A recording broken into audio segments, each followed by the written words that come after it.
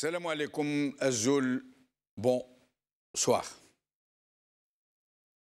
Il y a de cela une éternité, au tout début des années 70, quand nous étions jeunes et que nos voiles étaient gonflés d'espoir. Nous étions portés par le vent de bâbord, le vent de gauche qui soufflait partout où se trouvaient des hommes et des femmes qui respiraient goulûment ces promesses d'une humanité meilleure que nous croyions à portée de main. Dans toutes les couches de la société, malgré la terrifiante omniprésence d'un régime ambigu, nous faisions avec la réalité. Et chacun adaptait à sa propre vision les idées palpitantes que nous avions de la justice et de la liberté. Le sang versé pour la libération du pays n'avait pas encore séché. Beaucoup d'entre nous se savaient trompés par le discours politique de cette époque, creux et vidé de toute vraie substance. Mais nous avions l'espoir têtu. Les innombrables succédanés de révolutionnaires qui nous haranguaient du haut de leur tribune en formica nous faisaient vivre des cauchemars dans des bulles de verre teinté. Les apparatchiks bantins qui confabulaient allègrement et qui ne faisaient que ça. Tout ce qui leur était dû, à profusion, manquait cruellement à la multitude que nous étions, nous, dont le seul rôle était d'applaudir à tout rompre et à crier « Ji shab ma'ak ya flan, Ji shab ma'ak ya fultan, Ji shab ma'ak ya X, ya Y, ya Z ». Ils avaient fini, à travers les volutes de leur Havane, par ne plus nous voir qu'en foule moutonnière. Nous qui ne cherchions qu'à croire et qu'à réaliser ces rêves qui nous habitaient.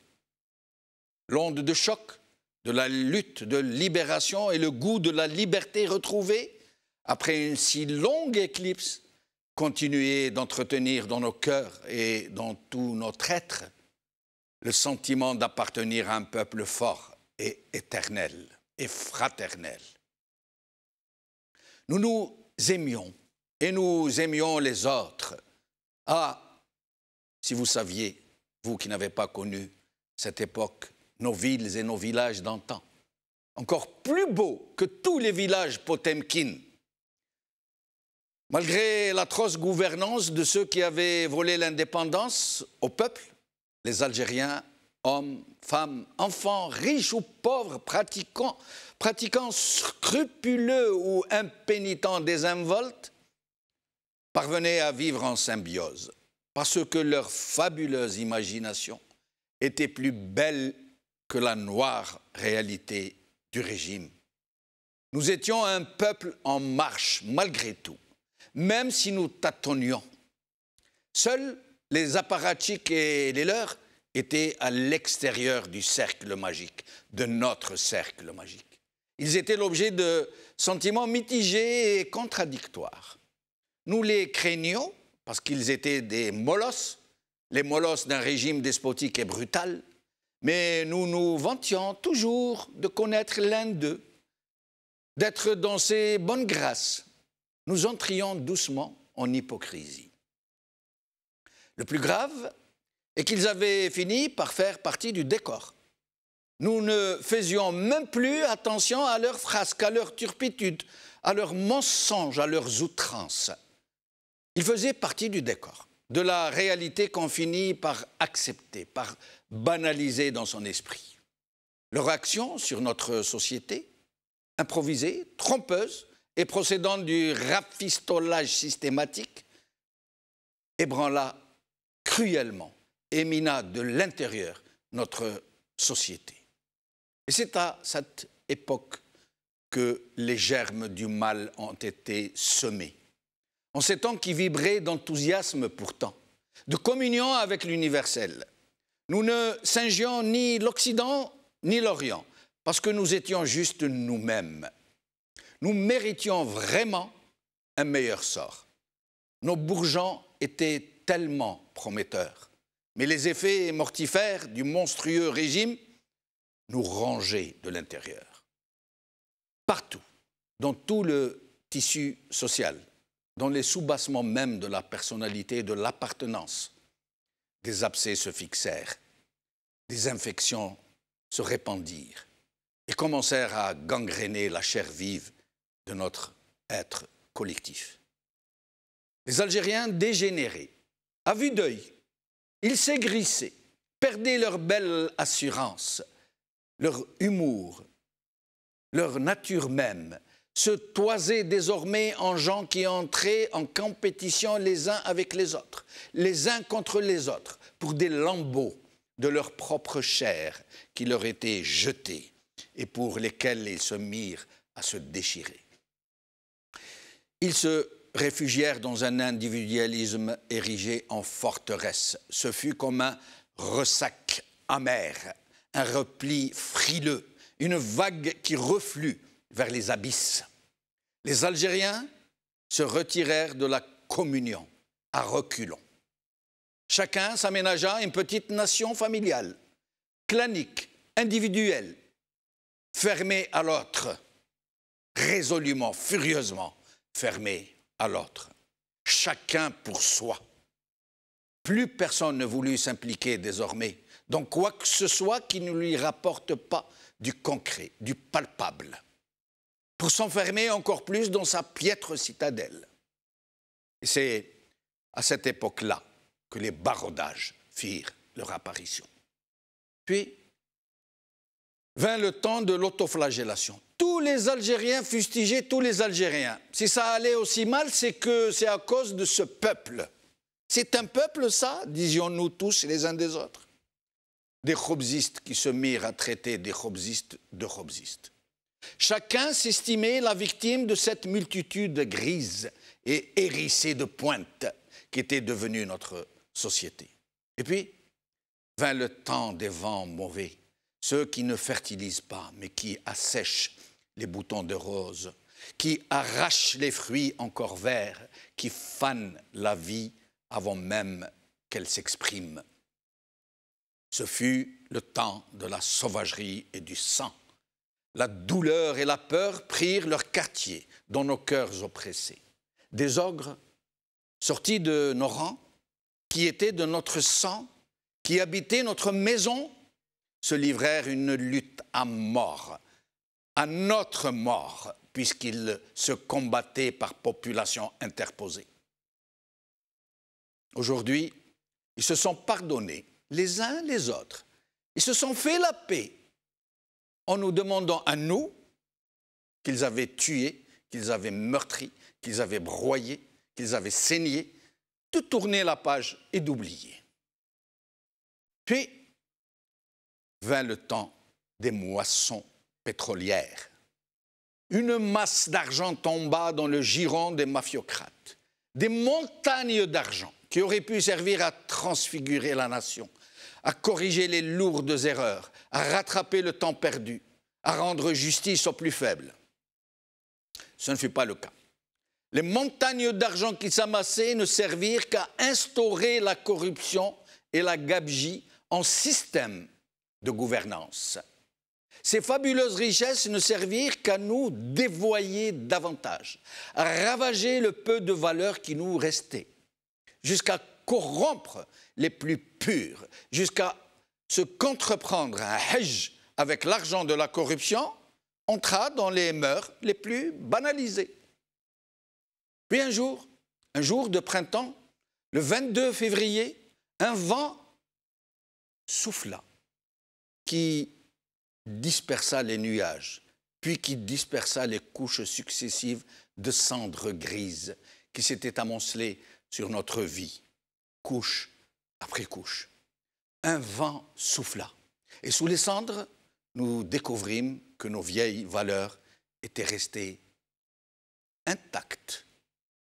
De la même manière que la boue ne peut altérer le diamant.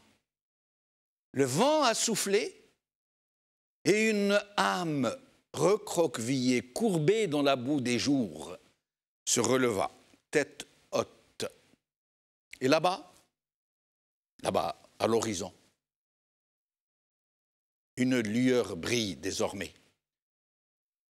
Et ce n'est pas une étoile lointaine, c'est la lumière de nos frères et de nos sœurs qui se lèvent là-bas,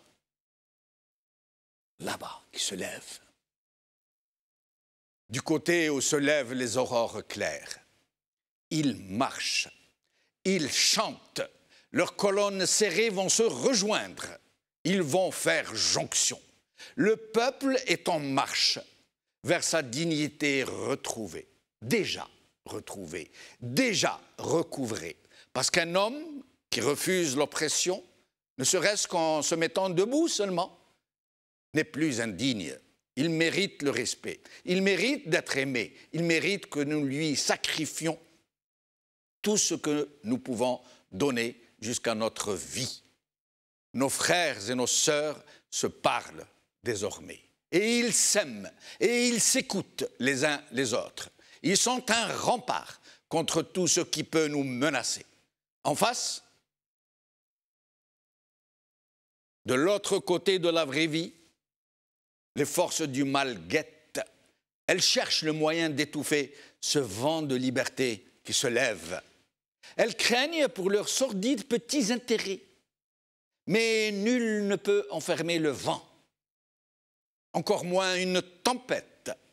La bataille de la dignité est déjà engagée. Elle fait rage, sans qu'on entende le fracas seulement. Et la victoire ne fait plus de doute. Elle est inéluctable, parce que les peuples qui marchent vers leur destin le rencontrent toujours. Parce que la dignité est une promesse.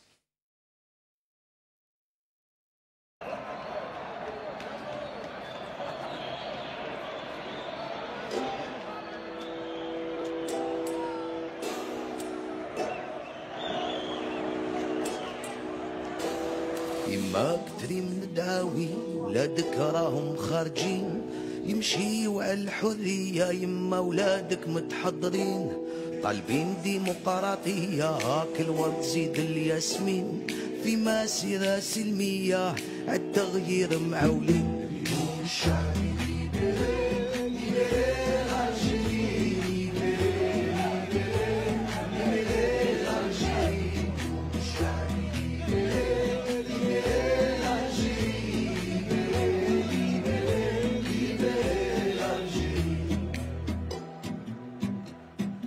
الشعب يلعب عشرة والسيستم ما فهموش كل سيزو يجيبها بارا ويماركي ما تحقروش 10 سنين تدمر 10 وينو مازال ما شبعتوش وبربي هذا مرة وينو ناضي ما تفوتوش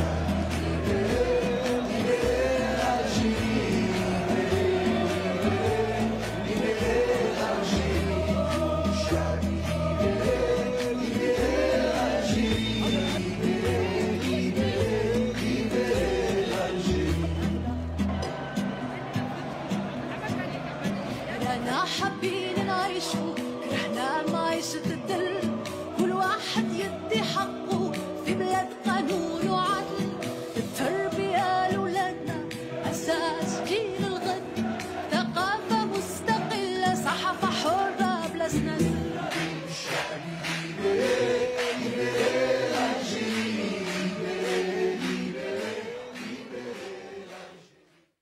Signe de débâcle du régime, c'est le titre de notre émission d'aujourd'hui. Et pour en parler, j'ai le plaisir de recevoir mon ami Hassan Hirsch, analyste politique. Merci d'être avec nous, Hassan. Merci pour l'invitation.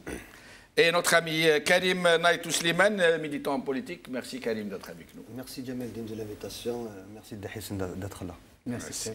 Alors, depuis les États-Unis, Rochdi Alui, analyste politique, expert de la région MENA, et Mennad Sihmed, climatologue, que nous allons recevoir d'ici peu.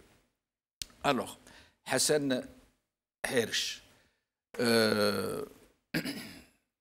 ça ne s'emballe pas vraiment, mais nous assistons d'un côté une détermination sans faille d'un peuple en marche, et de l'autre côté, d'un régime qui panique à l'évidence, dont les discours deviennent de plus en plus violents, qui procède à des arrestations tous azimuts, qui arrête tout le monde, qui menace, qui vitupère.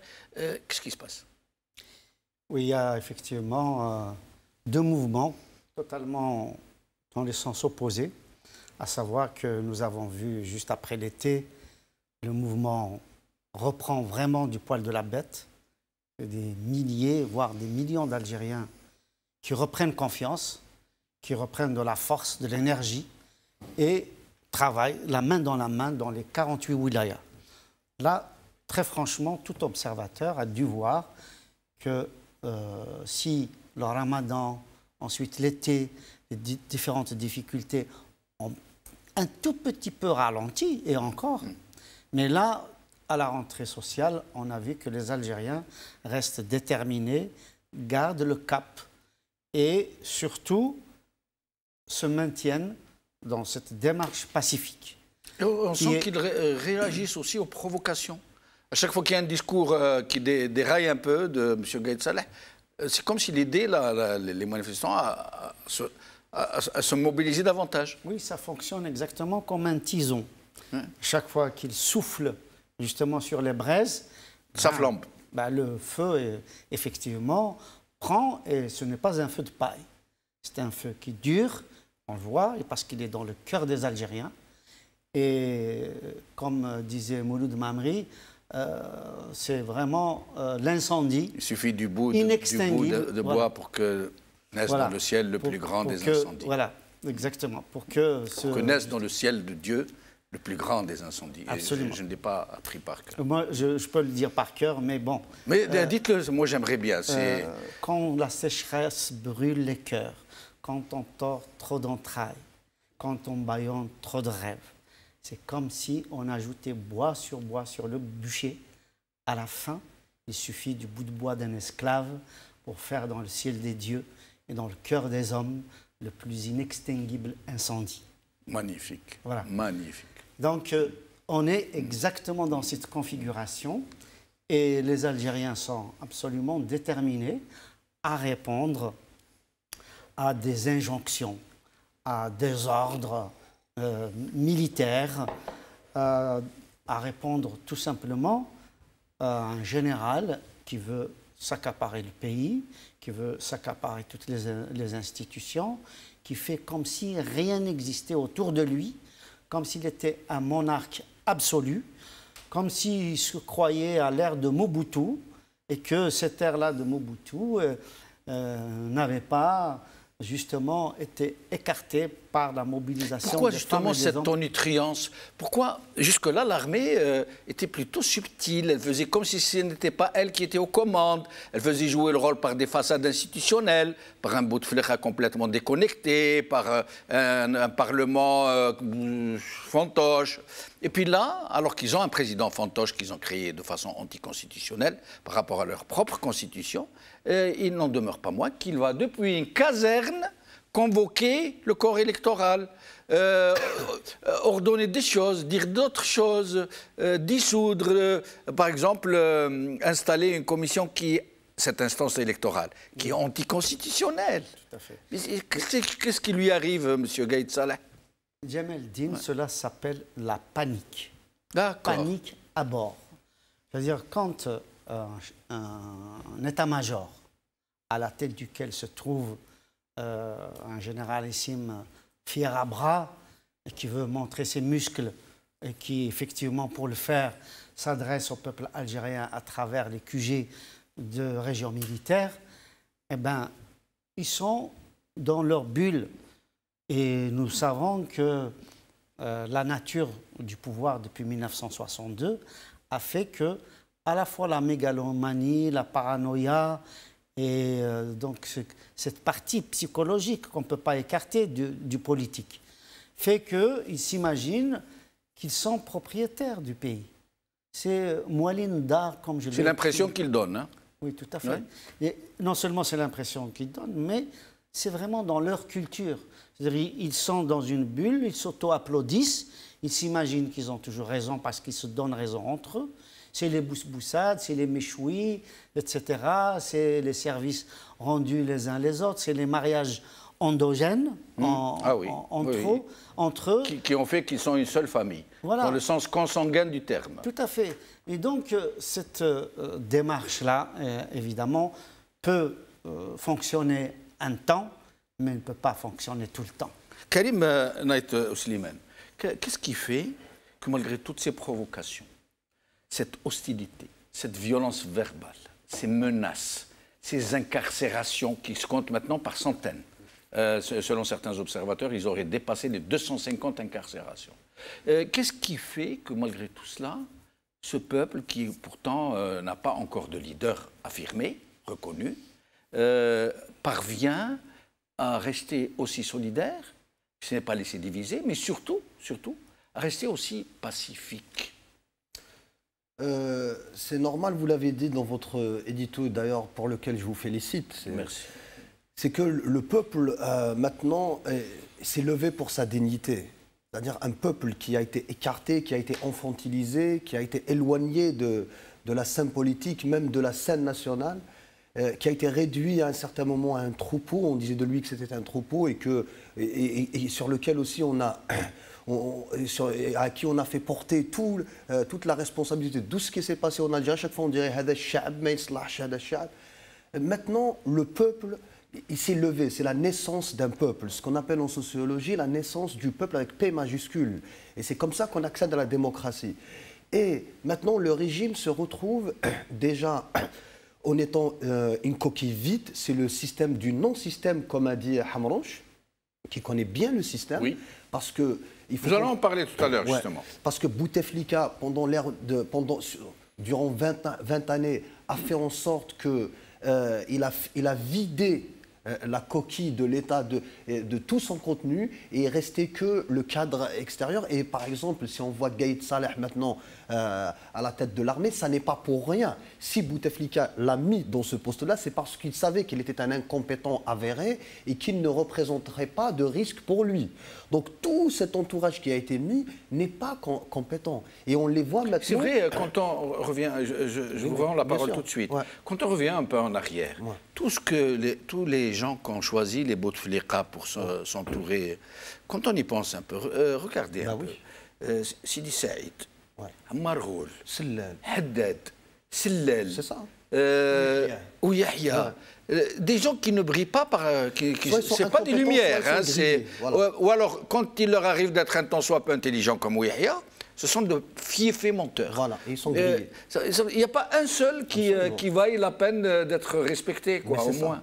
C'est incroyable. Mais bien sûr, parce que Bouteflika, à l'époque, avait construit le système pour qu'il apparaisse lui-même comme le sauveur. C'est lui-même, d'ailleurs, c'était le président tout-puissant. C'était le ministre des Affaires extérieures, c'était étrangères, c'était le ministre de l'Intérieur, c'était le ministre de la Défense, le chef des forces armées. C'était le juge suprême, c'était lui, l'État. D'ailleurs, il l'a même dit dans une interview à Al Jazeera. Il a dit je suis l'incarnation de l'État. Il l'a dit carrément.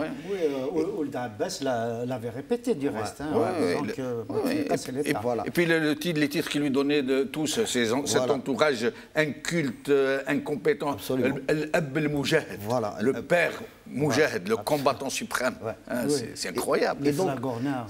Les flagorneurs. Et donc là, comme Bouteflika maintenant a disparu de la scène politique, le système se retrouve sans alternative.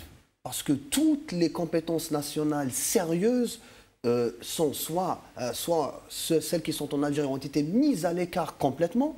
C'est pour cela, par exemple, que maintenant, ils ne peuvent pas compter sur un Hamrouche pour leur renvoyer l'ascenseur, parce qu'ils ne lui ont jamais envoyé l'ascenseur, ils l'ont mis à l'écart.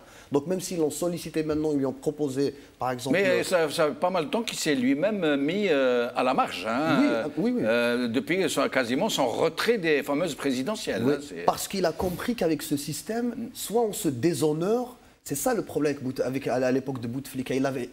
C'est pour ça que toutes les personnalités compétentes, dignes, ont déserté. Soit elles ont quitté la scène politique, soit elles sont à l'étranger.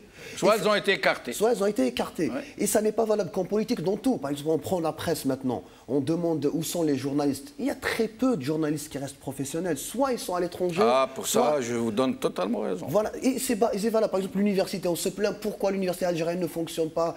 Il y a très peu d'universitaires très sérieux qui restent maintenant en poste. Il faut chercher dans les universités. Les gens qui sont à la tête de l'université, vous voulez dire? Oui, les gens à la tête de l'université oui. ne sont pas la plupart. Par exemple, on prend Hadjar, qui était ministre de l'enseignement supérieur. Ah, oui, il a dit texto, il a dit... Qu'est-ce que je vais faire avec les prix Nobel? On pourrait faire avec... pas besoin de prix Nobel. d'un prix Nobel. C'est quand même gravissime. C'est le comble de la... C'est le comble. Et c'est valable dans tous les domaines. Ouais. Et donc maintenant, ce système fait face à un soulèvement populaire pacifique. Il n'a pas d'alternative parce que lui-même, c'est un non-système. Ils n'ont rien à offrir. Et en face, il y a le peuple, l'intelligence collective. Et le peuple, dans son sens le plus noble. Vous voyez, vous avez commencé par un édito poétique. Dahsen nous a cité un poème. Dans les rues, on voit les gens manifester artistiquement. On voit des dessinateurs, les slogans. On revient au beau. Voilà. Hein, voilà. Le beau dont qu'ils ont extirpé de notre âme. Extirpé. Ouais. Le beau. Enfin, qu'ils croient avoir extirpé. Qu'ils croient, mais nous, on l'a retrouvé et finalement, ils n'ont pas réussi à l'extirper, il était en nous. Oui. Et maintenant, les Algériens se redécouvrent. Et c'est pour cela, par exemple, au départ, si vous vous souvenez des premières semaines du Hirak, c'était la fête, c'était la fiesta. Ah oui, oui, oui. Les gens et c'est dansaient. toujours la fête. Oui, toujours. Mais au départ, il y avait une sorte d'étonnement. Les gens n'y croyaient pas. On fait des manifestations avec des millions, la police sont là, nous regarde. Et là, ce qui se passe en ce moment, l'escalade qu'il y a, c'est que maintenant, puisque depuis l'été, on parlait de l'escalade, Tassaïd, Rahoudjaï, al Madani, et finalement, regardez l'intelligence collective, comment elle y va. Pendant l'été, on parlait de Tassaïd, al Madani. Les gens se demandaient comment on pourrait le faire. Mais comment on pourrait le faire? Est-ce qu'on va fermer la capitale? Est-ce qu'on va faire une grève? Mais regardez, sans aucun leader, sans qu'aucun leader politique leur dise ce qu'il faut faire, le peuple a trouvé la solution. D'abord, l'escalade dans la radicalisation politique, c'est-à-dire maintenant, on veut un changement du régime. Et le ciblage des personnalités. Et du vrai problème de l'Algérie, c'est-à-dire la militarisation du pouvoir. Et quand on parle de la désobéissance civile, elle y est. Les gens sont en train de fermer les bureaux de vote un peu partout. Et là, ça se propage dans toutes les wilayas. C'était d'abord, ça a commencé Tizi Ouzou, Bijaya, Bouina. Maintenant, ça va à Séti. Et vous êtes pour fermeture des bureaux? Vous ne pensez pas que c'est un peu... en fait, à la limite, quoi. Mais on va en parler. On va en parler parce que c'est... Oui, c'est très important. Très important. Alors, Rochdi Alioui, merci d'être avec nous. Merci à vous. Alors, voilà, ce régime semble donner des signes de panique, des signes très évidents. Hein, un chef d'état-major qui devient quasiment violent, qui menace, qui vitupère, croyant que s'il montre un peu quelques signes de faiblesse, que tout le monde va lui tomber dessus et que les plus fidèles pourraient l'abandonner. Donc c'est un peu primaire, hein, le chef de guerre qui doit montrer qu'il est très fort et qu'il est menaçant et qu'il est toujours capable de faire mal.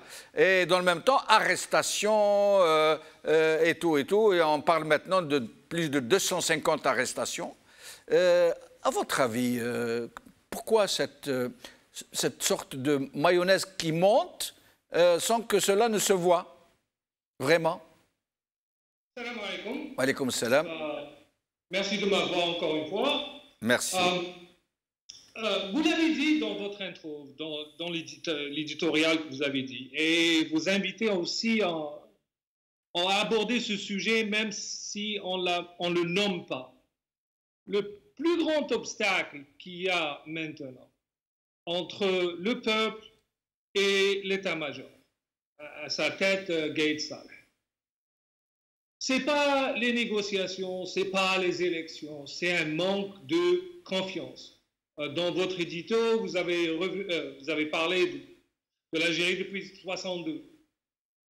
Et le thème qui revient encore et encore et encore, c'est, dans ce que vous avez dit, c'est qu'il y a eu une fracture. Et cette fracture, le cœur de la fracture, Hadi, c'est le manque de confiance que le peuple a dans l'État, à l'époque c'était l'État, et que l'État a dans la population. Personne ne fait confiance à personne. Maintenant, on est dans une dynamique où l'état-major, à sa tête, Gaïd Salah, ne fait aucune confiance dans la rue ou dans Hirak, et Hirak ne fait aucune confiance dans l'état-major.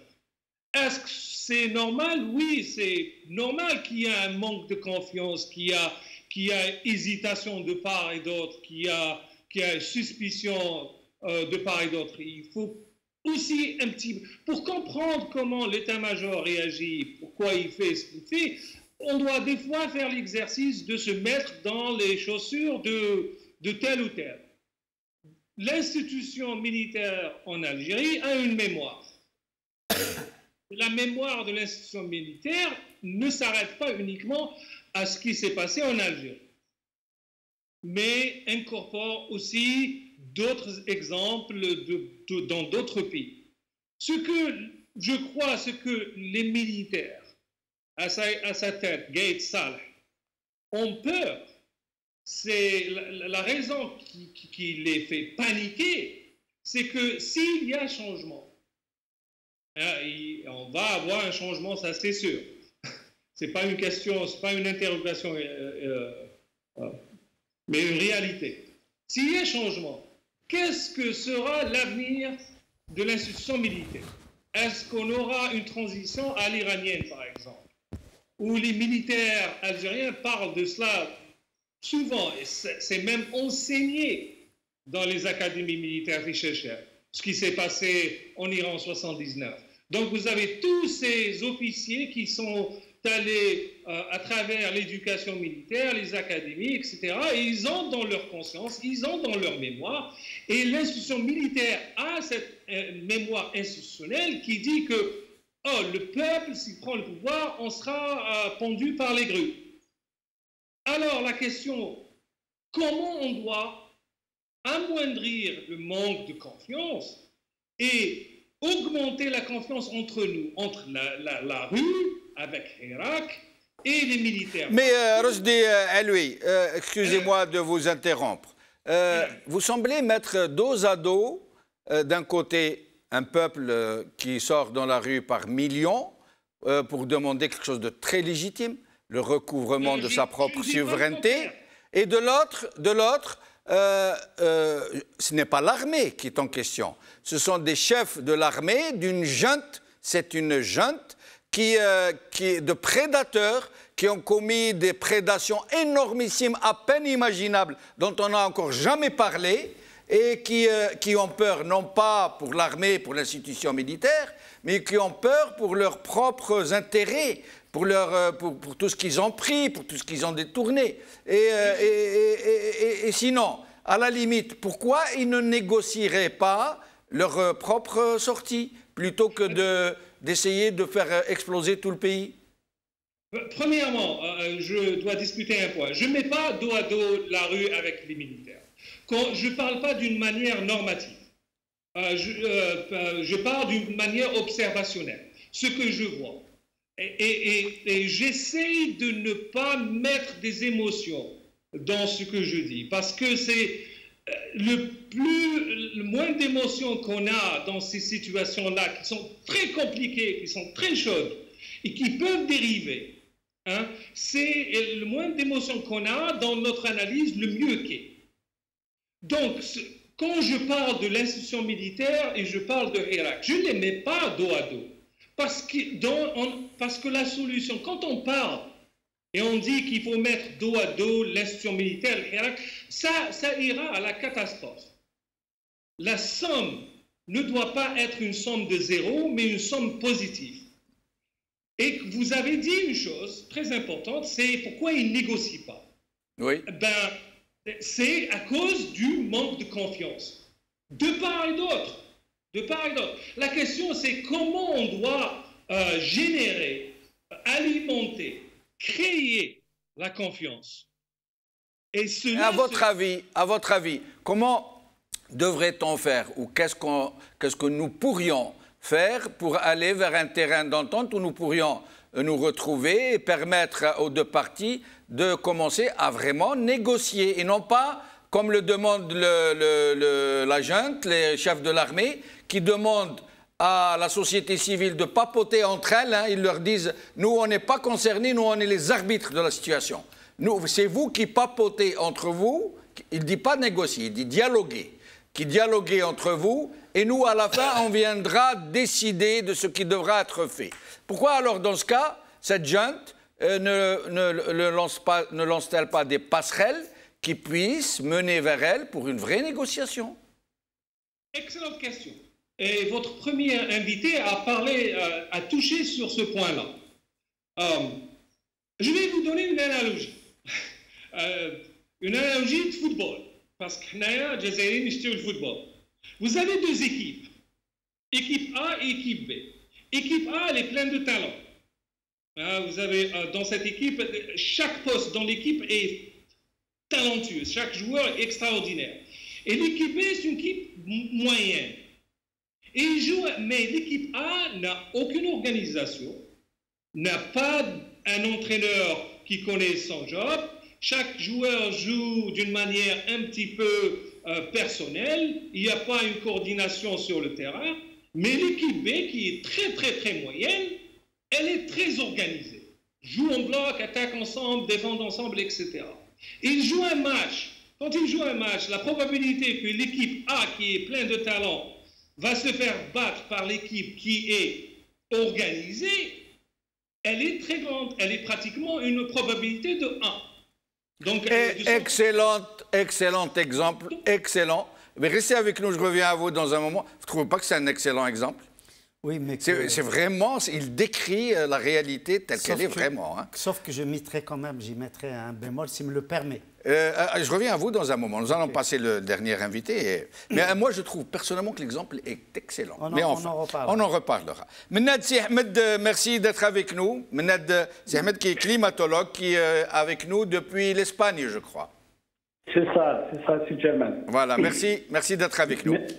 Merci pour l'invitation. Merci à vous. Alors, nous sommes dans le bain de cette discussion sur cette agressivité du régime qui donne de vrais signes de panique, l'outrance, la violence verbale, les menaces, les arrestations, et j'en passe. Et de l'autre côté, comme vient de nous le dire Rochdi Alwi, un peuple qui est très bon, qui est en train de faire des miracles, de réaliser des prodiges, mais qui n'a ni leader, ni plan bien clair, ni objectif avoué. Alors, à votre avis? Oui, effectivement, c'est tout à fait remarquable, cette révolution, parce que moi, je n'aime pas trop utiliser le mot Hirak, mais c'est une révolution qui est, je dirais, unique en son genre.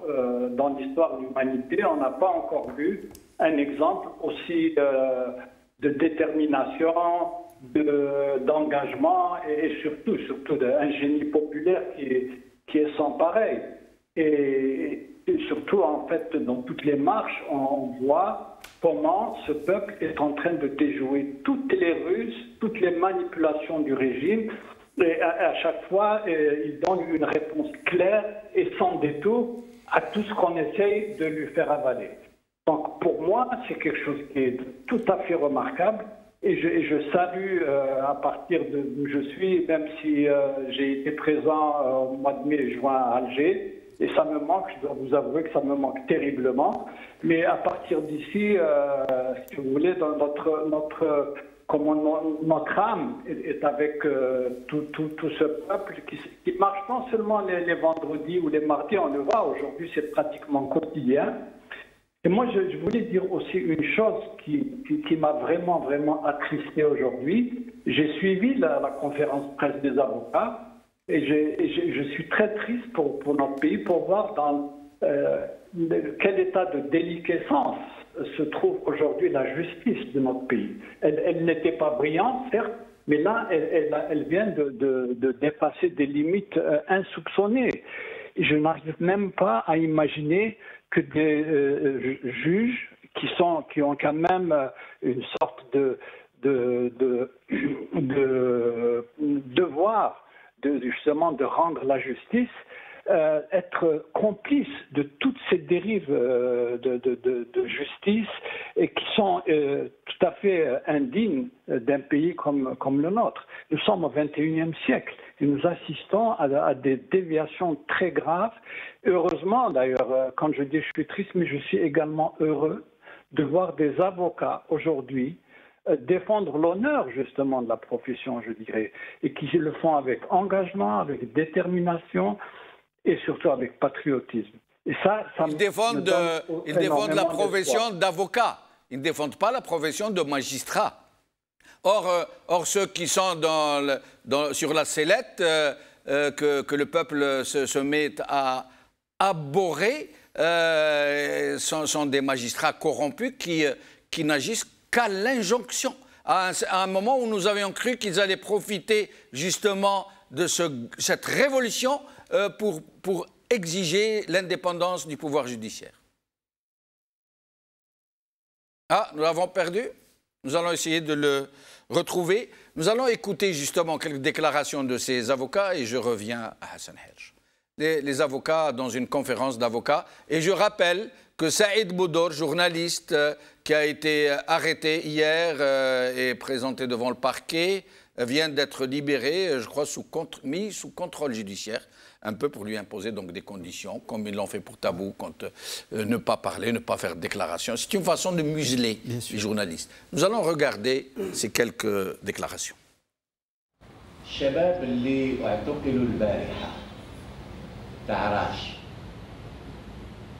واحد شاب أظن تاع لفافاس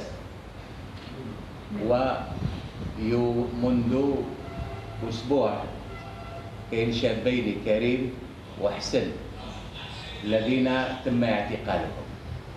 فقط أريد كيف تم اعتقال هؤلاء جميعا؟ مريحين في قهوة ياكلوا في ساندويتش ولا يشربوا قهوة. جي ضبطية قضائية بالزي المدني ويتم اعتقالهم. نفس الشيء ما حدث البارحة. كريم طابو اللي يخرج لأمام المنزل تاعه جي الضبطية القضائية بالزي المدني ويتم اعتقاله. سمير بالعربي وهو مع صديقه في الطريق يتم اعتقاله. نفس الشيء بالنسبة للسيد بومالة. هذا إلى جانب الشباب. ولن تلاحظوا معي بأن العصابة اللي سرقت البلاد وكسرت أمة في 20 سنة، شوفوا الإجراءات كيف يتم اعتقالهم. يبعثوا لهم كونفوكاسيون ويجيوا بالشوفير ويروحوا للمحكمة بكل احترام، والآخرين يعتقلون بالزي المدني. لأن لازم نتذكر كاين عائلات اللي بقات 24 ساعة ما تعرفش وين راهو الشخص اللي تم اعتقاله. Alors, nous allons revenir à Menad Sihmed que nous avons réussi à joindre de nouveau. Menad, on n'a pas réussi à l'avoir encore. Alors, Hassan Herj, d'abord sur ce bel exemple de deux équipes de football, oui. Vous aviez une réserve à exprimer. Non, c'est que je le traduirai totalement différemment. D'accord. C'est-à-dire qu'en réalité, nous sommes dans deux configurations sociopolitiques. D'un côté, nous avons la sociocratie. D'un côté, nous avons l'autocratie. La sociocratie, d'abord, est un système ancestral qui existe dans notre culture collective, qui exige effectivement une intelligence collective. C'est-à-dire que c'est un mode de gouvernance partagé, oui, absolument, distributeur justement de rôles, où les acteurs se respectent, les acteurs sont, comment dire, co-responsables, Et cette sociocratie-là, elle s'élargit au fur et à mesure des besoins sociaux, des besoins politiques, au fur et à mesure des événements. C'est-à-dire que ça peut être géré à l'échelle d'un village, à l'échelle d'une tribu, à l'échelle d'une région. Et ça fait peuple, et ça fait cohésion sociale, et ça fait justement une intelligence collective qui permet de gérer la problématique sociale, la problématique politique et même économique à une large échelle, chacun avec une co-responsabilité. Et nous sommes... Mais pourquoi, si c'est... Parce que vous, c'est votre cheval de bataille. Oui, tout à fait. Et pourquoi la même logique ne s'appliquerait-elle pas à la nation? On parle de la petite communauté de la Déchara, de la ville, de la région et de la nation. Justement, elle est en train de s'appliquer à la nation.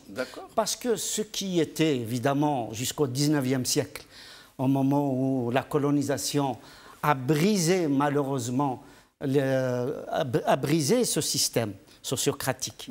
Et donc a introduit, comme chacun sait, a brisé la violence, l'a brisé avec la violence, avec évidemment l'oligarchie, avec l'instauration de collèges, l'instauration d'une société indigène et puis d'une société dominante, etc. Nous sommes donc... et donc, en fait, c'est vrai qu'il y a énormément d'éléments qui ont disparu. Mais encore une fois, quand une culture collective est là pendant des siècles et des siècles et des siècles, qui s'est partagée donc, de génération en génération, elle reste dans l'inconscient collectif. Ça, c'est, comment dire, c'est pas nouveau. Il y a des études énormes au niveau soit de la psychanalyse, de la psychologie, de la sociologie, de l'anthropologie. Donc, il y a ces éléments-là. Ça a ressurgi à un moment ou à un autre. D'ailleurs, au point où ça a ressurgi pendant la guerre de libération nationale. C'est ça qui a fait véritablement que le peuple algérien... Ça peut ressurgir aussi de façon négative. C'est-à-dire, mais ce n'est plus de la sociocratie. Exclusive. Qui puisse en arriver à rejeter l'autre, à se recroqueviller dans sa propre appartenance identitaire. Ça, justement, c'est l'autre élément. Justement, nous sommes en face de l'autocratie. Et à ce moment-là, effectivement, c'est un groupe, un chef qui décide de tout, qui manipule, qui réprime, qui exclut, qui marginalise, etc. Et donc, on arrive effectivement à des haines interpersonnelles, intervillages, intertribus, interprofessionnelles, ainsi de suite, etc. Parce que dans cette pyramide systémique de l'autocratie, effectivement, ce qui se passe là-haut, à savoir l'utilisation de la force, de la violence, etc., ça se répercute malheureusement vers le bas. Mais c'est ce que vous avez très bien décrit tout à l'heure, justement, dans votre éditorial, à savoir que depuis 1962, justement, ça a été brisé au fur et à mesure. Et là, on assiste à la résurgence, à une espèce de résurrection nationale qui fait que ce qui était valable à l'échelle régionale, à l'échelle locale et même à l'échelle, je dirais, de petits villages et de petits quartiers, maintenant, justement, il y a la confiance qui a ressurgi, qui est née, etc. On est en train de faire peuple, on est en train de faire de la cohésion. Les Algériens se font confiance de wilaya en wilaya. On a vu justement comment, lorsque Gaïd Salah a décidé d'interdire le drapeau à Mazir, comment à Oran, à Constantine, à Ouargla, etc., les réactions de solidarité formidables un peu partout. Donc là, il y a le triomphe de la sociocratie. Et moi, je suis convaincu, contrairement à notre ami, que la sociocratie va vaincre face à l'autocratie. Même si l'équipe ne s'est pas dotée d'un entraîneur, d'un plan d'attaque, d'une organisation. Parce qu'il y a une co-responsabilité. Les gens, justement, sont dans une solidarité systémique. Chacun respecte l'autre, donc donne la possibilité à l'autre de marquer le but. On ne cherche pas à marquer soi-même. Mais il faut une coordination, il faut des leaders, il faut une ligne de conduite. C'est ça la sociocratie, c'est que justement la co-responsabilité des acteurs fait que, en se respectant les uns les autres, on se passe la balle et ça devient justement un système gagnant. Et d'ailleurs, pour vous dire, Jamaldine, ce n'est peut-être pas le lieu d'en parler aujourd'hui, ce modèle sociocratique de chez nous a été tout simplement copié, pratiquement du copier-coller, par des sociologues canadiens et l'ont appliqué à un certain nombre d'entreprises multinationales. Je donne un seul exemple. Par exemple, dans les villages d'autrefois, comment on décidait du chef? On ne décidait pas par des élections, par bulletins, etc. Il y a des présentations de 3, 4, 5 candidats, 10 candidats, et puis il y a l'élection d'un chef. Ce n'était pas ça. C'était justement une élection à modèle sociocratique. C'est-à-dire il y a un consensus, on parle déjà les uns les autres, dans la Jama'a, etc. C'est aussi dans le management, vous qui êtes gestionnaire, oui, dans le management, le brainstorming, hein, où on fait associer tous les avis pour faire ressortir une cohésion. Et à la fin, on va proposer quelqu'un qui pourrait être le chef. Donc ce n'est pas lui qui s'est présenté. Peut-être c'est la personne qui s'attendait le moins. Mais il se trouve qu'il incarne cette confiance, qu'il incarne justement cette volonté d'aller de l'avant, et c'est lui qui sera désigné, alors que dans un système démocratique, il n'aurait jamais été candidat. Donc pour accoucher justement d'un système démocratique, on est en train de vivre une lutte entre la sociocratie et l'autocratie, et qui va, du fait de la modernité et du fait évidemment des modèles qui existent aujourd'hui, nous allons y revenir parce que accoucher justement d'un système démocratique qui est qui est une espèce de médiane. Nous allons y revenir, Hassan, parce que il faut que nous parlions un peu de cet impératif de s'organiser tôt ou tard. Il faudra bien en arriver là, parce qu'à la table des négociations, si on y aboutit, il faudra bien qu'il y ait quelques-uns. On ne peut pas aller à 20 millions négocier avec l'état-major. Donc j'y reviendrai. Nous n'arrivons pas à joindre M. Mennad Si Ahmed, qu'on a perdu. Karim, sur ces avocats qui sont en train de sortir vraiment de façon très, très affirmée, très volontaire, sont en train de dénoncer de façon très claire ce que les gens sont en train de subir. Pourquoi la justice? C'est une question que j'ai déjà posée dans des émissions précédentes.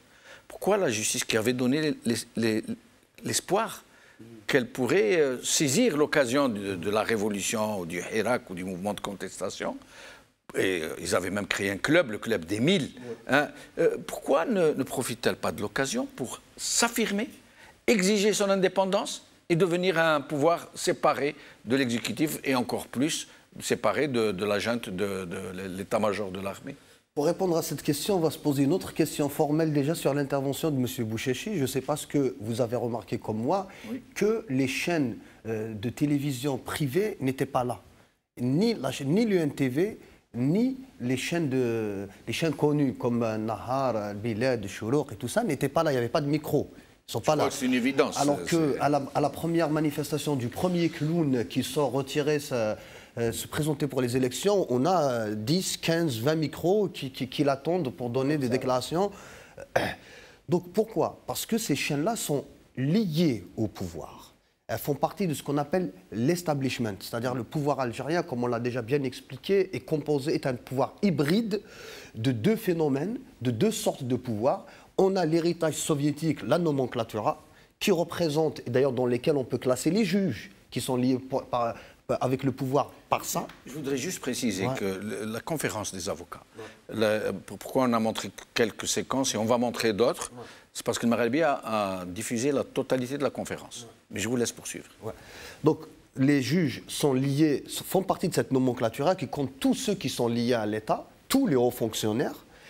Et on a l'establishment qui nous vient de l'Occident, donc on a tout ce qui est mauvais du bloc de l'Ouest, de l'Est qu'on a hérité. Et on a aussi tout ce qui est mauvais qu'on a pris du bloc de l'Ouest. Donc de l'Ouest, on a pris l'establishment, c'est-à-dire les hommes d'affaires véreux, l'argent sale, l'argent qui intervient dans la politique. Et ces chaînes-là qui ne sont pas là sont liées par un contrat un peu ordurier avec le pouvoir, avec des sales affaires avec le pouvoir. Et donc sont liées au régime et c'est pour ça qu'elles sont absentes. Donc, pourquoi les avocats sont là? Parce que les avocats, c'est des indépendants. Ce sont ceux qui représentent réellement le peuple. Ce sont des indépendants. Un avocat et défendent leurs clients. Qui sont les clients des avocats? Oui. C'est le peuple. C'est pour cela qu'ils sont maintenant... Mais la justice, normalement, les juges, les magistrats, ils rendent la justice au nom du peuple. Oui. Ils sont censés être indépendants. Oui. Vous savez ce qu'on dit? Qui les paye? C'est le peuple qui les paye. Par le biais de l'État. Ouais. Mais nous, l'État maintenant est devenu une propriété privée, comme on l'a dit. Oui. Et c'est pour cela, ces magistrats servent leur maître et sont en train de servir le régime qui leur garantit leur existence. À ce point, oui. C'est terrible. Et c'est pour ça à la limite qu'avant, on comprend. Ouais. Mais maintenant qu'il y a la révolution dans la rue, moi, c'est la question que j'aimerais vous voir traiter. Oui, ça veut dire qu'il n'y a rien de plus facile que les magistrats aujourd'hui se mettent d'accord. Ils disent non, on n'obéit plus aux injonctions.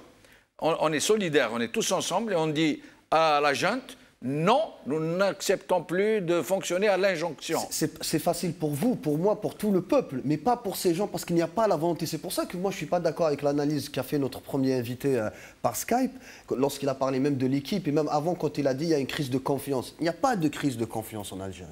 La crise de confiance, il y a une crise de confiance politique, c'est-à-dire le peuple vis-à-vis de certains partis politiques, peut-être. Voilà, une défiance. Mais ce qu'il y a avec l'armée, c'est le mépris. C'est le mépris. Il y a une situation de mépris. L'état-major ne refuse pas de dialoguer ou de négocier avec le peuple parce qu'il n'a pas suffisamment de garanties ou parce qu'il n'a pas suffisamment confiance, mais parce qu'il méprise le peuple. Il méprise le peuple. Et d'ailleurs, dans les enregistrements qui ont fuité un peu, on a entendu Gaïd Salah dire c'est qui ces gens-là? C'est comme ça qu'il parlait. Parce que pour lui, le peuple, c'est personne. Ça n'existe pas, ça n'a pas de poids. C'est pour cela que quand on applique des procédures un peu d'entreprise, de solutions, de problèmes et tout ça, pour le cas algérien, ça ne marchera pas. Pourquoi? Parce que nous sommes dans une situation politique, une révolution. C'est ce qui fait maintenant que le peuple maintenant est entré en résistance. Nous sommes en résistance politique. C'est terminé. Nous avons des otages. Le régime prend des otages. Vous n'allez pas me dire que Karim Tabou ou Boumela ou l'Akhdar Bourga'a ou les jeunes de Rachid ou les jeunes de Raj ou les simples jeunes du Hirak ou les porteurs de drapeaux sont des criminels. Ce sont des otages. Maintenant, on voit le régime prendre une partie, et d'ailleurs c'est pour cela, le temps et la réalité donnent raison au peuple parce qu'il ne s'est pas structuré. Imaginez si on s'était structuré. Le régime, c'est ce qu'il voulait. Il voulait absolument des représentants pour qu'il applique sur eux ce qu'il sait faire. C'est des têtes à couper ou à acheter ou sur lesquelles il doit faire pression. Et d'ailleurs, regardez, ces derniers temps, il a commencé à emprisonner et à kidnapper Karim Tabou, Boumela, l'Akhdar Bourga'a. Pourquoi surtout Karim Tabou, Boumela, Samir Belarbi? Parce que c'était quand même, de facto, comme on dit, c'était les symboles. C'était les symboles du Hirak. C'était les personnalités politiques, publiques. Au moins des personnalités en vue. Si ce n'est des leaders. Voilà, qui étaient dans les premiers rangs et que le peuple clamait, Ils les ont mis en prison. Et d'ailleurs, si vous avez remarqué, Karim Tabou, au départ, ils l'ont libéré avec condition de ne pas prendre la parole, de ne jamais faire aucune déclaration. Mais par la suite, même comme ça, ils se sont ravisés. Ils ont dit, mieux vaut le mettre à l'écart que de le laisser aux côtés du peuple. Donc c'est pour cela, même cette question de représentation ou de structuration du mouvement, pour l'instant, ça n'est pas l'heure, parce que l'adversaire, pour l'instant, ne lâche pas. Je suis d'accord avec vous, c'est une débâcle, il est aux abois, il va bientôt rompre, le cordon va bientôt rompre. Mais il faut continuer la pression par la rue. Alors, d'abord, je rappelle que commandant Bourga'a, l'Akhdar Bourga'a, a menacé d'entrer en grève en solidarité avec les jeunes qui ont été arrêtés. Et que ses avocats sont en train d'essayer de le dissuader d'entrer en grève. Il est malade, il a 86 ans. Et d'un autre côté, je voulais dire quelque chose que j'ai oublié. Son état de santé est critique. Ah ben voilà. Est vraiment critique. Voilà. Et s'il lui arrive quelque chose, c'est l'état-major, c'est qui sera responsable. Qui seront responsables. Ils seront responsables, j'espère, un jour, même devant la justice, non pas seulement devant l'histoire. Alors, Rojdi Aloui, je présume que vous avez des choses à dire. Oui, oui. Pour revenir à un point que votre dernier invité a parlé, qu'il n'y a pas une crise de confiance, que la désorganisation de Hirak ou sa non-organisation de Hirak était une bonne chose. Oui, je suis d'accord que dans les premiers mois, la désorganisation ou la non-organisation de Hirak était un point positif, était un atout pour Hirak. Parce que ça a évité à l'époque Bouteflika et ses voyous à aller mater et emprisonner les gens qui étaient des leaders. Donc, ne pas avoir des leaders, ne pas être organisé durant les premiers, je dirais même 6 mois, est une excellente chose. C'est un atout. Mais maintenant, on est dans une nouvelle phase. On est dans une phase où il faut sortir, débloquer la situation. Pour débloquer la situation, il faut une certaine organisation. Il faut des gens qui peuvent parler ou qui sont délégués par Hirak, par cette société civile. Je ne l'appellerai pas une sociocratie, je l'appellerai une organisation de société civile, pour négocier, pour apporter des points, une feuille de route aux généraux et pour s'asseoir et négocier une sortie. Parce qu'au bout de tout cela, et c'est cela que... Pardon, Rojdi Aloui, pardon. Juste une remarque. Mais le problème est que les chefs de la junte refusent de négocier. Ils se disent non concernés. Nous, ils disent, nous, on n'a rien à voir. Donc, il y a problème en la matière dans ce que vous dites. Absolument d'accord. Et vous savez quoi? Les généraux portugais ont refusé de négocier. Les généraux grecs ont refusé de négocier. Les généraux et l'état-major polonais ont refusé de négocier. La même chose était en Espagne. Les franquistes ont refusé de négocier. En Argentine, les généraux ont refusé de négocier. Au Brésil, les généraux ont refusé de négocier. Partout, l'état-major refuse de négocier. Ce n'est pas uniquement en Algérie. L'Algérie n'est pas un cas extrêmement isolé. C'est un cas qui s'inscrit dans une longue histoire de transition politique d'une autocratie vers une démocratie. Donc, c'est normal que les généraux, les généraux disent non, on ne va pas négocier. Oui, mais est-ce que tous les régimes que vous avez cités, pour arriver à la négociation, c'est passé par un bain de sang? Non, pas au Portugal, pas au Portugal. Pas au Portugal parce que l'armée est sortie contre les généraux et qu'elle a rejoint le peuple dans la révolution des œillets. Sinon, ça aurait dégénéré. Les ordres étaient de tirer sur la foule. Les officiers mais pas en Espagne, et pas en Grèce, et pas en Pologne. Quand Lech Walesa a commencé à négocier avec l'état-major polonais, qui avait le support de l'URSS à l'époque. Hein? Oui. Ils ont commencé à lui dire allez voir ailleurs, etc. Il leur a dit, vous savez, un coup de téléphone et j'aurai 1 million de Polonais dans les rues. Oui. Et je vais paralyser la Pologne. Il avait ce pouvoir-là. Et ce pouvoir-là lui a donné une puissance pour négocier une sortie de la Pologne. Parce que si on reste, ce qui m'inquiète vraiment, c'est pas le sort des généraux ou le sort de l'institution militaire. Ça va se régler un petit plus tard. C'est qu'on entre dans une dynamique où le clash entre un peuple et l'état-major devient de plus en plus évident. Donc, le plus qu'on parle dans un langage qui stresse le fait que la somme doit être positive au lieu d'être une somme de zéro. C'est-à-dire que tout le monde peut gagner. Pas uniquement le peuple, mais tout le monde peut gagner. Lui Rojdi, avant que nous passions au point suivant qui est très intéressant, la déclaration de M. Hamrouche et tout ce qu'elle sous-tend, j'aimerais vous poser une question très claire. Moi, j'entends très bien ce que vous êtes en train de dire.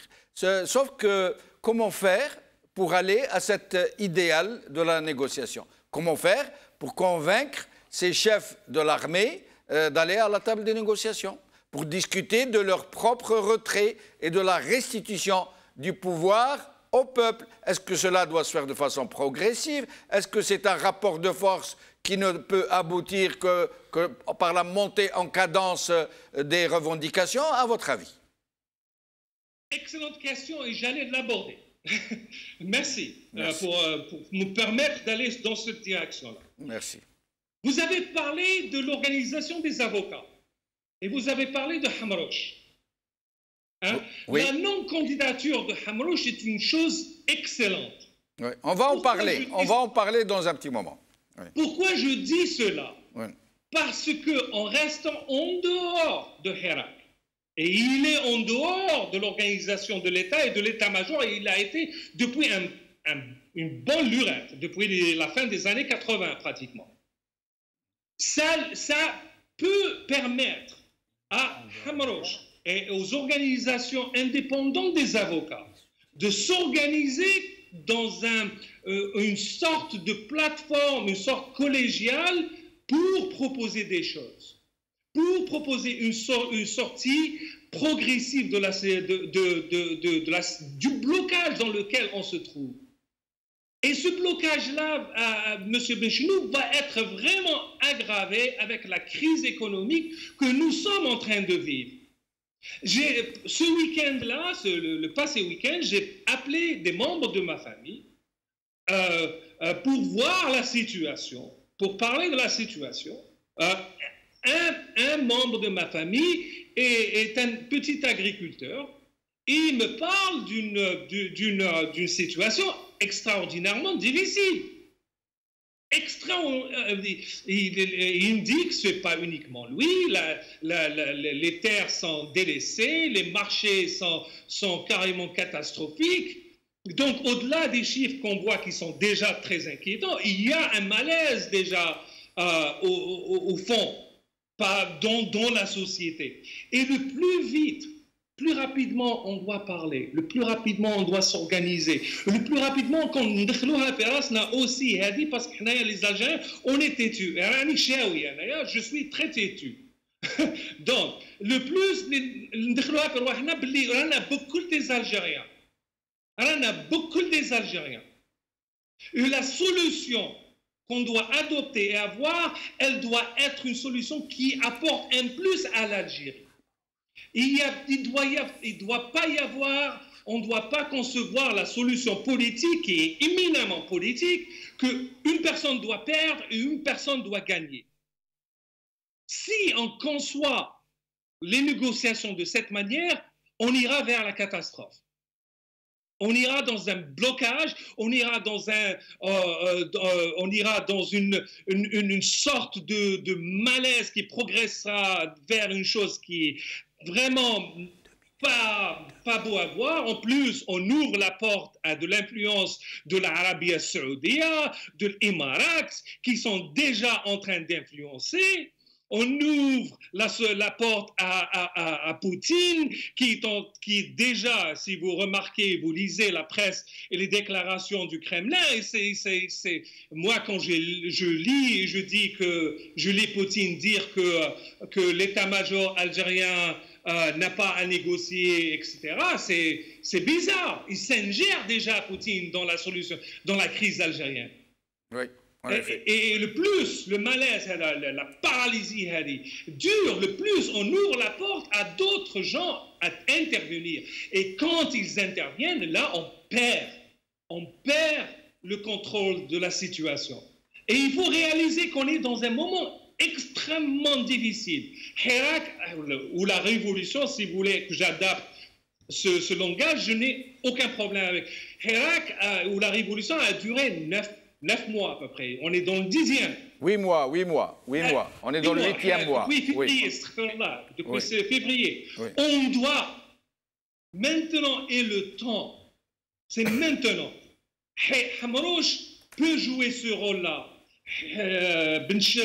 Bouchachi peut jouer ce rôle-là. L'organisation des avocats peut jouer ce rôle-là. Oui, mais comment amener la situation à ce que nous puissions désigner, parce que les gens dans la rue sont en train de dire personne ne nous représente, y compris ceux qui sont avec nous dans la rue.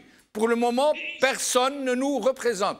Comment amener la dynamique à faire émerger ces gens dont vous parlez qui pourraient représenter le Irak ou la révolution? Très vite, s'il vous plaît, pour que nous puissions passer au point suivant. Ça, c'est le résultat de 57 années d'autocratie et de dictature. Une des facettes du système autocratique et dictatorial, c'est que ça détruit les organisations qui peuvent représenter la société civile. Donc, on a un travail qui est énorme à faire. Et c'est de réorganiser, de restructurer la sociocratie dans des canaux qui sont officiels. Donc, c'est pour ça que je dis que l'organisation indépendante des avocats est une bonne chose, parce que c'est déjà, il y a une structure déjà. Il y a des gens qui la représentent.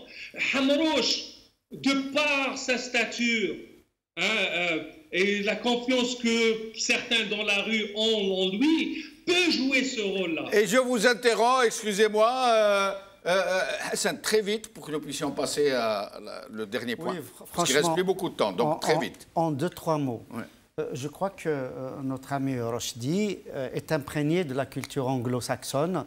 Et dans cette culture-là, effectivement, il y a ce concept de gagnant-gagnant. Winning, win. Win-win. Gagnant-gagnant. Ouais. C'est une culture anglo-saxonne que tout le monde connaît, qui émerge un peu partout maintenant, que ce soit au niveau politique, au niveau de l'entreprise, etc. Le problème, c'est que nous ne sommes pas dans cette culture-là. Nos généraux, ils sont dans une culture absolument pyramidale où ils gagnent ou ils perdent. Ils réfléchissent comme ça. Ils sont dans un esprit binaire, où c'est noir ou c'est blanc. Dans un esprit de négociation. Et pour eux, le peuple, comme ils ont une culture de clan, le peuple est un clan pour eux. Donc ils cherchent à le briser. Ils sont le clan adverse. Oui, pour eux, ils cherchent donc à le briser. Et l'exemple de la Pologne dont il a parlé tout à l'heure, et je termine là-dessus. 1, il y avait Gorbatchev. 2, il y avait l'Europe et les États-Unis qui étaient du côté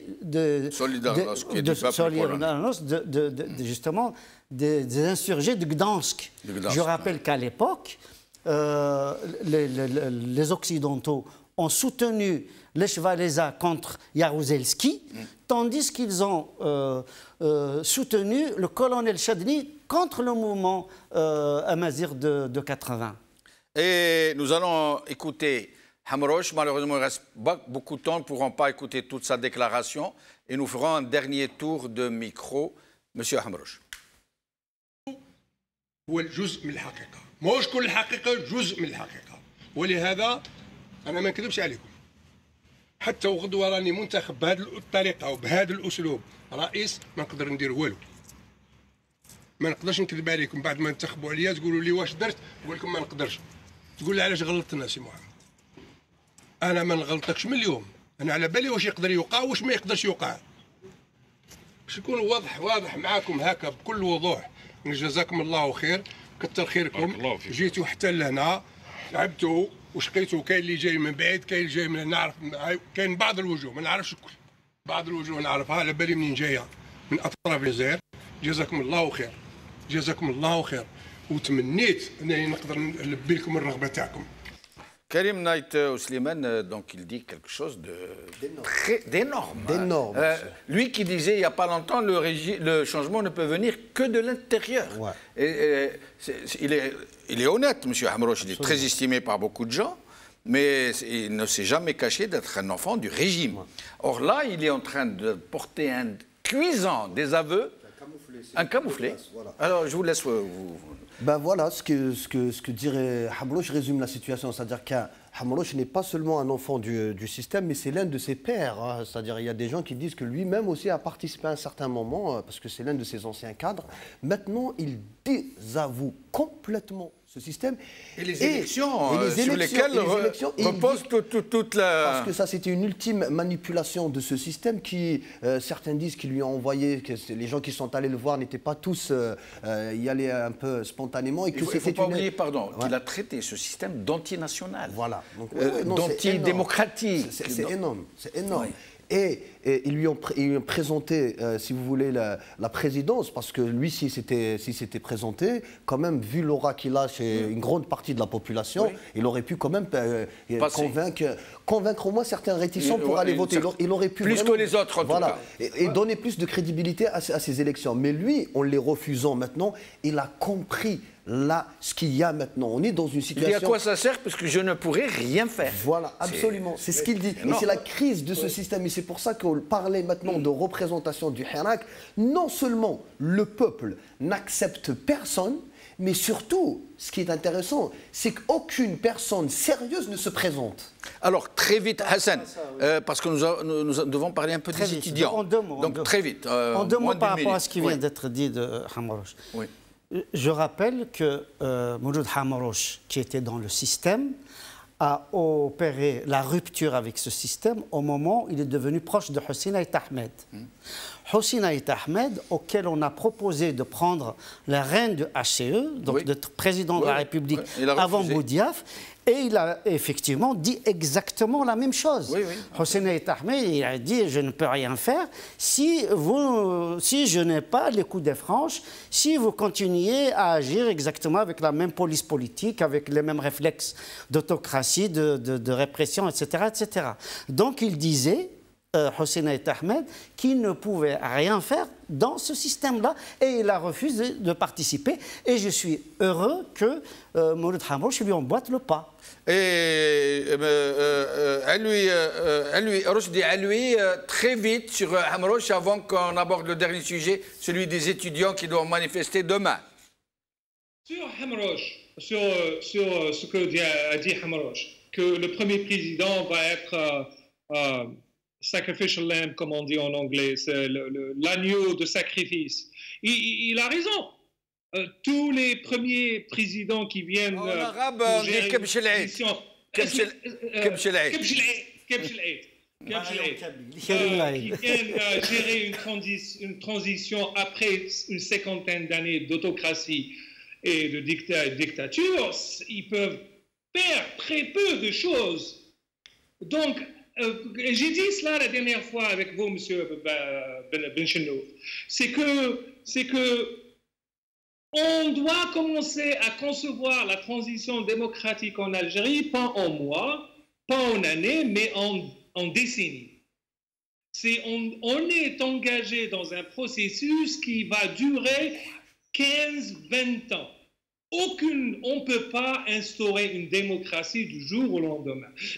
On aura plusieurs élections, on aura plusieurs réformes, on corrigera ce qu'il y a à corriger, on éliminera les choses qui ne marchent pas et on avance. Le plus important dans tout cela, c'est qu'on avance. Pour revenir à une chose que monsieur, je crois, Hassan Hayresh, oui, très vite, s'il vous plaît, très vite. Que la conception de gagnant-gagnant est une conception anglo-saxonne. Je dirais que non. Ce n'est pas une conception anglo-saxonne. Je suis chaoui et la tribu Teng, c'est le même chat. C'est une conception de deux tribus.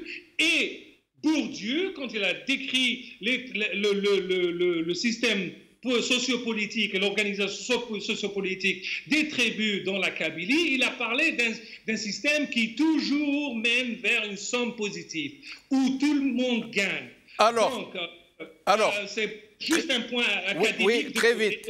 Très vite. Une tangente. L'alternative à ne pas parler, quand on ne parle pas, quand on ne négocie pas, quand on ne s'organise pas, quand on refuse qu'il y a une organisation, on rejette qu'il y a une organisation de Hirak ou autre, ou de cette révolution. Quelle est l'alternative? Je vous pose la question sincèrement. Quelle est l'alternative? Moi, mon père, Rabbi Rahmou, met en 91 avec son cœur, et sa dernière phrase qui galera, parce qu'il était un ami de Ben Youssef Ben Khedda, était « J'ai peur pour ce pays-là ». La dernière phrase, c'est oui. Rabbi Rahmou. Rabbi Rahmou. Et de quoi on parle ici? Alors, comme on arrive à la fin de l'émission, malheureusement, on ne pourra pas y répondre, mais je vous laisse la parole avant de vous remercier avec une dernière question. Les étudiants marchent demain dans tout le pays et on parle déjà d'une marche massive qui se veut une réponse très forte à ce qui est en train d'être entrepris en termes de menaces, de représailles, d'incarcération, etc. Qu'est-ce que vous pourriez nous dire sur la marche des étudiants, très vite, en moins d'une minute, si vous pouvez? C'est excellent que la rue maintient cette dynamique d'avoir toujours une pression sur l'état-major, et l'État, c'est une excellente chose. Mais on ne doit pas se limiter à uniquement avoir que la pression vienne de la rue. Il faut avoir la pression de la rue qui pousse d'un côté, et il faut avoir des gens qui négocient d'un autre. Et c'est ça la dynamique qui permet de sortir de cette crise, qui permet de sortir de ce déblocage-là. Rochdi Alioui, merci infiniment. Allez-y, un dernier mot. Je dirais une seule chose. Oui. À la fin de tout cela, Monsieur Benchenouf, les invités Taek, nous sommes tous Algériens. Oui. Et on doit mesurer ce que cela veut dire. Et pour qu'on gère le pays de demain ensemble. Parce qu'on doit le gérer ensemble. Je dirais que on va gérer ce pays-là. On doit maintenant baisser la rhétorique un petit peu. Merci Rachid Rochdi Alioui, merci pour votre perspicacité, merci pour votre sagesse, pour votre pondération. J'espère que vous serez souvent des nôtres, au plaisir de vous revoir. Alors, Karim Naïtou Slimane, le mot de la fin au sujet des étudiants. Les étudiants, c'est le deuxième souffle du Hirak. Le mardi des étudiants maintenant n'est plus le mardi des étudiants tout seul. Il y a toutes les catégories de la société qui les rejoignent. Et j'espère que ça va continuer comme ça. Les étudiants sont eux qui vont construire l'Algérie de demain.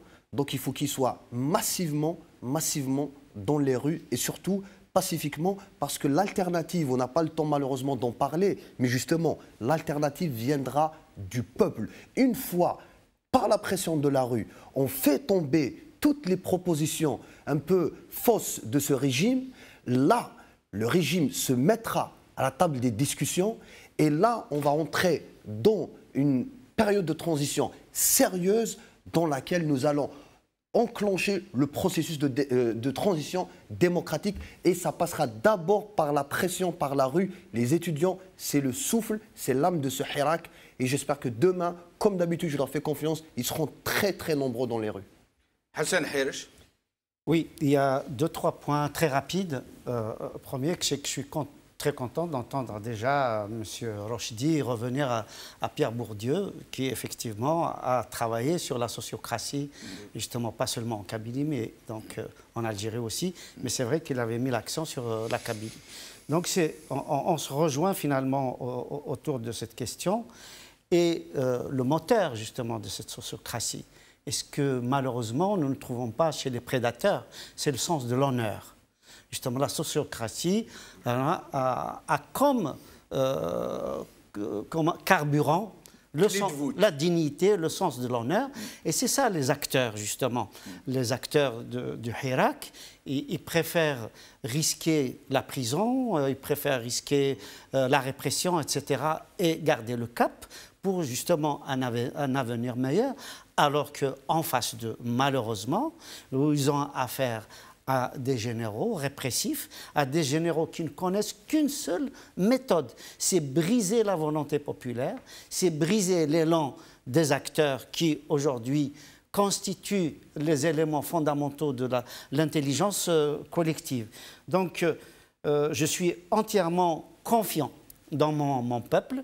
Et demain, il y aura une démonstration, effectivement, comme vous le dites, très certainement toujours aussi massive, aussi responsable, aussi pacifique, qui montreront que la jeunesse algérienne est en train de travailler pour une Algérie future, où ils pourront enfin avoir leur mot à dire et introduire justement la démocratie dans toutes les institutions. Si notre ami Rochdi a dit qu'il fallait 10 ans, 15 ans pour instaurer la démocratie, peut-être, pour qu'elle soit parfaite, mais il faut immédiatement instaurer les mécanismes qui mènent à cette démocratie. Et ces mécanismes-là sont partout, y compris à l'université, où on aura enfin une élection d'un recteur et non plus la désignation par le haut. Alors, Karim Naïtens, vous souhaitez dire un dernier mot? Oui. Un petit mot parce que je viens de recevoir une information qui dit il y a un autre maintenant, même les blogueurs sont en train d'être kidnappés. On a Khaledi Abdelmoundji, c'est un blogueur de Constantine, c'est un journaliste aussi, qui a disparu depuis hier, on ne le retrouve pas. Apparemment, il s'est fait arrêter par des personnes en civil, des barbouzes. Et pour tous ces gens-là, nous n'avons pas le droit d'arrêter. Absolument.